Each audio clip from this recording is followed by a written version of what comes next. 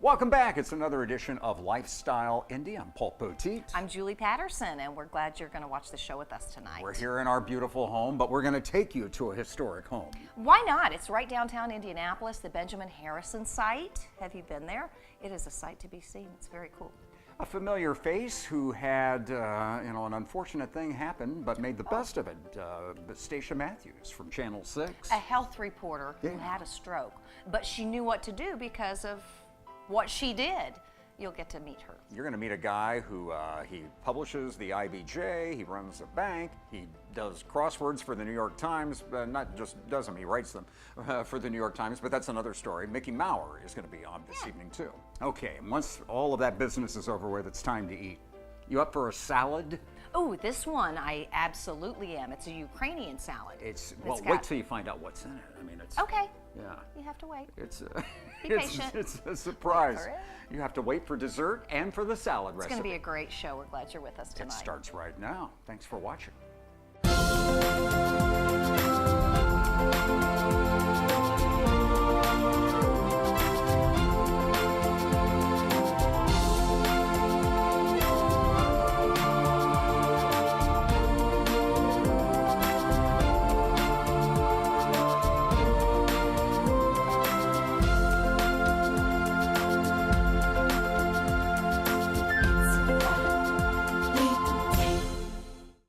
Lifestyle Indy is made possible with support from Westport Homes, dedicated to building homes for every chapter of life, with plans and details that match customer-specific needs and style.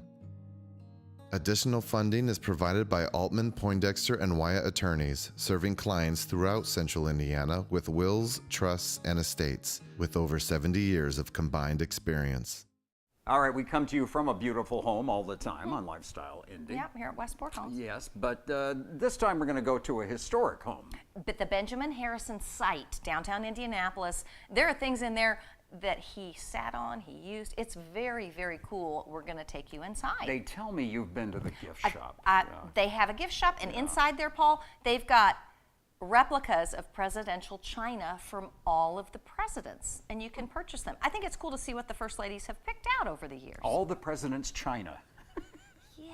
Something like that. Let's take a look. Oh, what's the matter with Harrison? He's all right. There can be no comparison. He's all right. Ben's a man who bravely went for his native... It is 1888. And the man who once was one of the country's premier attorneys is now its preeminent Republican, heading his party's ticket for president. Benjamin Harrison's nomination is no surprise, but it is a compromise. With me today at the Benjamin Harrison presidential site is President and CEO Charlie Hyde. Thank you so much for joining us today. Thank you, Mel. Tell us which room we're in right now. Well, right now we're in the library, so President Benjamin Harrison's library. So the house itself was built in 1874. Harrison was elected in 1888, and he served a full 4 years in office. So he returned to Indianapolis in 1893 and lived here until his death in 1901. And what kind of contributions did Benjamin Harrison make to Indiana? You know, it's interesting. So Benjamin Harrison is the only president elected from the state of Indiana, and as such, I think there's a great legacy for us to be able to share. It's one of the things that makes working here great, just being able to share a lot of these really compelling stories that are underknown. And so looking at that legacy as President of the United States and certainly his contributions to Indiana, he was known as one of Indiana's foremost citizens. But as president, he advocated for conservation. So he actually called for and signed the Forest Reserve Act, creating the 2nd, 3rd, and 4th national parks and really creating that national park forest system during his term of office. He also called for and signed the Sherman Antitrust Act. And he was also a great advocate for African American voting rights. And his legacy continues to live here in this building. We're located on Pennsylvania, just north of the interstate here. So right between Pennsylvania and Delaware Street at 12th and Delaware. And I imagine people have driven by this building thousands of times if they ever come downtown, but they're invited in as well. Well, it's interesting because we're right here in the heart of downtown Indianapolis. And much like Harrison, I think we're underknown. So a lot of people on their commute, north of Indianapolis or through the city, we know that we have 170,000 cars that come through on 6570 a day. There are 20,000 cars that drive north on Delaware Street every day. And people forget what's inside of this museum. And it's a great cultural asset. So we're locally relevant but nationally significant. Well, it's a gorgeous mansion, absolutely gorgeous. Well, and we're able to welcome over 17,000 school children through the museum each year. And so it's a great cultural treasure and does a lot to help educate our youngest citizens about the nature of their country, what it means to be a good citizen, and again, sharing that Harrison legacy that's worth sharing. So if someone comes into the mansion, what are some of the things that they can see and experience? Well, we are open 7 days a week, and so there are tours every day. There's more information on our website at presidentbenjaminharrison.org. But they're able to tour through. It's a guided tour, 75 to 90 minutes, and it really shares the collection. We have over 10,000 artifacts in this 10,000 square foot space. And through the course of the tour, they're able to see many of these things that the Harrisons surrounded themselves. Quite a few items that were in the White House during their administration. And so really getting that inside look at an American presidency. And again, it's just phenomenal looking at the quality of our collection. Over 75 to 80% of what we have in our collection that's available during your tour is original to the Harrisons themselves. Really? So that's an extraordinary number for any kind of museum, let alone for a museum committed to the presidency. As President of the United States, I was present at the first Pan-American Congress in Washington, D.C. Believe that with God's help, our two countries shall continue to live side by side in peace and prosperity. Benjamin Harrison. And what are some of the architectural details that people should look for when they're touring the home? Well, it's a gorgeous house inside and out. So it's an Italianate 3-story brick house. There are over 380,000 bricks that were used to build the house itself. As you tour through the museum and through the individual rooms, you can see things like here in the library, recreated wallpaper. It was actually, we partnered with contemporary artist Walter Kanabe to recreate the wallpaper that's in this room. Wow. So we found original wallpaper behind a bookcase, an enormous bookcase, that was given to Harrison in payment of a legal debt by a German cabinet maker. So Harrison had won an immigration case for this German cabinet maker, and this enormous, beautiful carved bookshelf is how he thanked Harrison. But 100 years later, it actually had preserved the original wallpaper behind it because no one had ever wanted to move it because it was such an enormous bookcase. So it's just meticulously recreated and complementing, with these amazing artifacts. It just really enriches that experience and gives you a very authentic sense of what an American president in the 19th century might have experienced. Well, and there's so many different details too. I mean, everything from the molding to the doorknobs. And if you're in the library that we're in, there's a pretty significant table in here too. Tell us about this desk. Well, so the desk itself, Harrison had with him at the White House, and it was kind of his work desk. And so much like a number of other artifacts that we have in the museum, including in special exhibits and elsewhere, these are original White House artifacts. And at the time, it was okay for the president to take things that had been given to them back with them post-presidency. And so Harrison, I think, brought the desk and then returned with the desk. Other things like Harrison's piano was given to them by their son, but Harrison, when he returned to Indianapolis, brought that back with him. There are other things like the horn chair that was an inaugural gift that is made out of Texas Longhorns, has gold plaques all over it, has Benjamin Harrison's name spelled out in diamonds on the back. So you might call it like presidential bling. It's just like really over the top, beautiful, but in a very gaudy way. So able to share a lot of cool artifacts that, again, they give unique insight into the Harrisons and into that era. Well, and if you want to take a piece of the mansion home with you, do you have a gift shop too? We do have a gift shop and a number of original created products, t-shirts. We actually have several books that we've partnered on.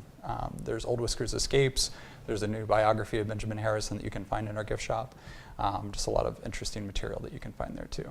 And if people want to learn about events that are coming up, I know you have a big croquet event, right? That's right. So we've got Wicked World of Croquet. We have our annual speaker series. We have activities going on throughout the year. And again, the website is always the best place to find that at presidentbenjaminharrison.org. Well, this is so exciting. Thank you so much for letting us come in today. And I haven't taken the full tour yet, but I imagine there's a ballroom on the top floor. There is a ballroom on the top floor. Ballroom on the top floor. And we're actually able to use that for special exhibit space. So we have 2 special exhibits open this year. And so, again, more information on our website. Wonderful. Charlie, thank you so much for having us today. Thank you, Mel. I'm Mel McMahon for LifeStyle Indy. Oh, guess what? LifeStyle, Indy magazine, and the TV show have in common? You'll Some- never guess. A recipe. It's in the magazine, the May magazine, and it's on the show tonight. In fact, we're going to introduce you to this salad. So you could look at this segment and then look up the May 2019. Yeah, I so see how yesterday. okay. Mary has been with us before. She's Ukrainian, and she's going to create a Ukrainian salad for us tonight. Well, you can't beat that. It's got beets in it, carrots, potatoes. You'll see. Hi, I'm Mary Dubinian, and what we're going to make today is one of my favorite salads. I grew up with a Ukrainian mom and Ukrainian grandparents, and they taught me how to use a lot of hearty root vegetables that's very typical of the Ukrainian cuisine. So what we're going to learn today is how to use a lot of the potatoes and carrots and beans and beets that are really prevalent in the Ukrainian cuisine. So let's get started, and what we have here is we're going to start out with some potatoes, and we got the carrots and the onions and the beets. So we're going to boil the potatoes, we're going to boil the carrots, and then we're actually going to roast these beets. The next thing is you want to remove a lot of that stem. Just take some kitchen shears, leave about 2 inches of stem, because that's really important for the beet when we roast this, that we're not losing a lot of that beet juice. All right, now we've got this wonderful beet, and I like to roast my beets. So you take your beet, preheat your oven to 400 degrees. And what I like to do definitely is put my beets in some foil. That helps seal that up, and they basically are roasted and steamed. So we'll go ahead and wrap that up in foil. Put it in sort of a glass-proof, oven-proof dish, and then you bake it for about an hour, maybe an hour and 50 minutes, depending on the size of that beet. So okay, we'll set it aside, and once everything is cooked, from the potatoes to the carrots, now the process of assembling this salad, called vinaigrette, is really what it's all about. All right, I've got my potatoes, and basically we want to cut them up into bite-sized pieces. It's a lot of chopping, and I remember when I was growing up, we each as grandkids had our own role, and we would chop up either the potatoes or the carrots or the beets. And so what I've already done is I've chopped up the carrots. We put that in with the potatoes. There's our roasted beets. And we put in about 1/4 cup, about a small onion, of finely diced onion. And then some pickle for some added flavor and some saltiness. Put that inside as well. Stir this up. One of the nice things about this salad is that the colors all come together, and quite honestly, this salad tastes best the next day because the flavors from all those root vegetables, a little bit of that saltiness from the pickles, really helps to provide some wonderful flavor. And it's a beautiful, colorful salad as well, making good use of those root vegetables that, number one, are budget friendly and they're available all year round. So you can make this salad really the entire year. Now, here's where some of the little variation takes place, depending on what you prefer. Some Ukrainian families like to put in a can of beans or peas. I like to put in some white beans. It really adds to the fiber content and also adding a little bit of protein to this salad. So we are mixing it up. And again, I can smell the onion and those roasted beets. Well, I tell you what, it's bringing back a lot of great memories making this salad with my grandmother. And to finish it off, all you really need is about 2 tablespoons of olive oil or sunflower oil. Pour that on top. And then season it with a little bit of salt and pepper. And you are good to go. Put this in the refrigerator for about 2 hours, and you've got a wonderful side salad, or you can actually eat this as an entree. And as I said before, this salad tastes good the following day. So if you're interested in all the recipe ingredients, look for it in the May 2019 edition of LifeStyle Indy. I'm Mary Dubinian. Na zdrowie. Mickey Mauer's been involved in, well, radio stations in Indianapolis before, still involved with the IBJ for a long time. And camp. And camp. Don't forget he Every- holds his camp. Every summer he goes to camp. Yeah, and he invites a lot of his friends to go with him. You probably, if you haven't heard of it, you're like, what are you talking about? Well, you'll want to watch this segment to find out. Why don't you tell us a little bit about some of the things that are going on in your life today, some of the new things? Well, we're very excited right now because Mickey's Camp starts in August. It's the 18th iteration of Mickey's Camp, and we have a men and a women's camp. And so we're very excited about collecting campers, as we do every year about this time. And Mickey's Camp is an opportunity for adults, it's an adult camp, to get together and learn adult skills. I researched and got the United States experts and professionals, all the things I wanted to learn, and called them up and recruited them to come to Indianapolis. And I told them it was going to be a charitable endeavor, and so most of them said, okay, we'll come and come for nothing. We've raised millions of dollars. This is in the 17 years we've done this, and all going to Central Indiana Charity. So that's the way it's been ever since. Let's talk a little bit about this new development. I understand that there's a documentary being made about you, and I'd love you to tell us a little bit about how that's going and when that might be released. Isn't that awful, Glenn? I mean, it's terrible. My directive to this lady, this very talented lady, Julia Whitehead, I said, Julia, okay, you can do this, but you have to promise not to show the film until after I die. So I'm hoping that she'll keep that Honor promise. that, Yeah. yes. Well, hopefully that'll be a long time. Well, she wants me to hurry up the process so she can show the So film. she can get it done? Yeah. Tell me about how it felt to be and do what you did down at IU, at your alma mater, with the gift in the building. Well, it was a very bad time. Remember, we had a recession. Yeah. It was about that time. Things weren't going very well. So I made that pledge. It was a fairly large pledge. And I was feeling kind of, oh my gosh, what have I done? So on the way home from Bloomington, we hadn't had dinner. But all we could afford after that pledge was, we had dinner at Steak and Shake that night. Right. So that was probably the highlight of giving the... Of doing it, was a double cheese, all-American. Where did you learn the fundamentals of business? Well, when I was young, my father had a junkyard. That's how he made his living. And there's a big sign, it said, "We meet by accident." Fantastic. Yeah, so it was a family affair. And so I worked there every Saturday as a kid, and then every summer. I did learn my entrepreneurism there because at the junkyard, parts were for sale, and they had no price tags. So every single sale was a matter of negotiation.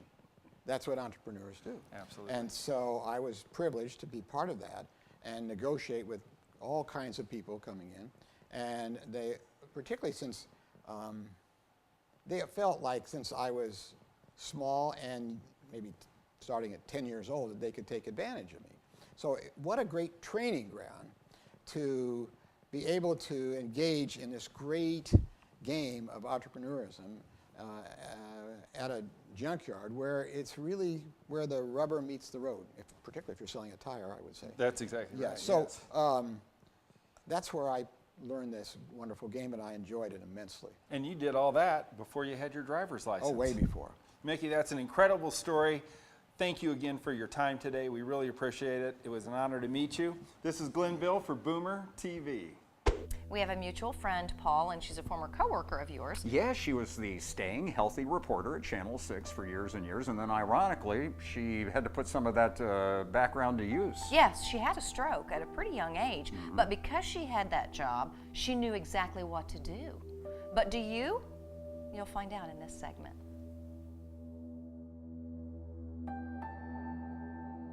We are here with Dr. Carboni and also Rachel, who is your physician's assistant. That's right. We're here to talk about strokes. It can happen to anyone, any age, right? Any age, any time from a child all the way to an octarian, all the way to someone greater than 90 years old. What are the risk factors? Cholesterol, high cholesterol is a risk factor. Smoking is a risk factor. High blood pressure is a risk factor. Well, we've come a long way. What are the things that you do as a doctor to help someone come back from a stroke? We try to reduce some of these risk factors that we're talking about. So we make sure that, we follow what the neurologist would like us to do. For example, after a stroke, people are typically on an aspirin a day. And that's a category of a drug that kind of thins your blood enough so that you won't have it. It would lower your risk of having another recurrent stroke. And we try to stress how important it is to follow these medications and don't let your medicines run out. Always get your refills. And if you're having problems with the financial burden of medicines, let your physicians know, because there's a lot of things that we can do. We also make sure that our patients are on a moderate to high intensity statin in order to help reduce the risk of having another stroke. Let's talk with Rachel about the signs of a stroke. I'm not sure people are familiar with what those signs are. Yeah, so the easiest way to remember signs of stroke is the acronym FAST. What that stands for is the F is facial droop, the other one is arm weakness or leg, the S stands for speech difficulties or slurred speech, and then the last one is T is time. How important time is to actually call 911 if you're having these symptoms. Go to the hospital, get to an ER, don't go to bed. You need to be seen by a medical professional right away. Is there a window of time where it's just too late? I wouldn't say too late, but there is a window of time when there are certain medications that can be given that could alter your recovery. And usually that window is about 3 hours, depending on the type of stroke you have. Okay, fast. So I know you treated Stacia Matthews. Tell me about that particular situation. Stacia had the bleeding type of stroke, which for her presented as a very weird headache. For others, it can be a very severe headache. When Stacia came to us, she was physically doing pretty well for herself. A lot of her issues were with her vision and her awareness of what had happened to her, her memory, her ability to problem solve and do complex thinking skills, things like that. So we really focused on that with Stacia while she was here, because she was a very independent woman before, and we wanted to get her back to that. So for a 1 month period of time I did in not your life, know. I have no recollection no of recollection. Your sister told you what happened? it. Yes. Okay. And she told me I had a hemorrhagic stroke. Your sister, what'd she do when obviously you started I mentioned that I had that weird headache? I said, man, this is just the strangest headache. And she told me, as many people do, take an aspirin, go to bed. I'm glad I didn't do that. What did you do? I know you don't remember. She told me, I woke her up and said, I need you to do me a favor. Please don't let me put my head down, don't let me fall asleep, watch for slurred speech, call an ambulance. I think I'm having a stroke. If you were to tell our audience something about this journey, what would you like to say? Know the signs. Know the signs. The doctors mention those signs. Know what they are. If you see someone acting strangely, maybe unable to put a fork in a plate or trying to reach for a glass and they're unable to reach it, that could be a stroke. You don't know. Do it anyway. Pay attention. Better to be safe than sorry. Yeah, absolutely. But know your signs. Know what a stroke is. Know the signs and react. Do not put it off to say, I'll just take a nap and I'll sleep this through. No. Because it'll save your life. It could Saved save your yours. life. It saved mine. Absolutely. Another unforgettable show. Great job All right. by the team. It's I not agree. just us. No. Lots of great reporters. That guy Jason who does the filming with his tools. Somebody's got to point the camera. Right. Somebody's got to run the business. That's right. So that's A lot of people make Mary this Pat's show. involved in that. And oh, wait a minute. You're involved in this too. We're glad you're watching. Make sure you tell your friends to come on back for the next episode of Lifestyle Indy TV. Next week, same time. For all things Lifestyle Indy, just visit our website. That's lifestyleindy.com. It connects this TV show with the radio show and the magazine. We've got useful information for people all over Central Indiana. And you can follow us on Facebook, Twitter, and Instagram. Pick up Lifestyle Indy magazine at most Kroger stores and libraries. Look for us all over Indy. Listen to Lifestyle Indy Radio Saturday afternoons at 4:30 p.m. on Freedom 95. LifeStyle Indy Radio. Your life, your style.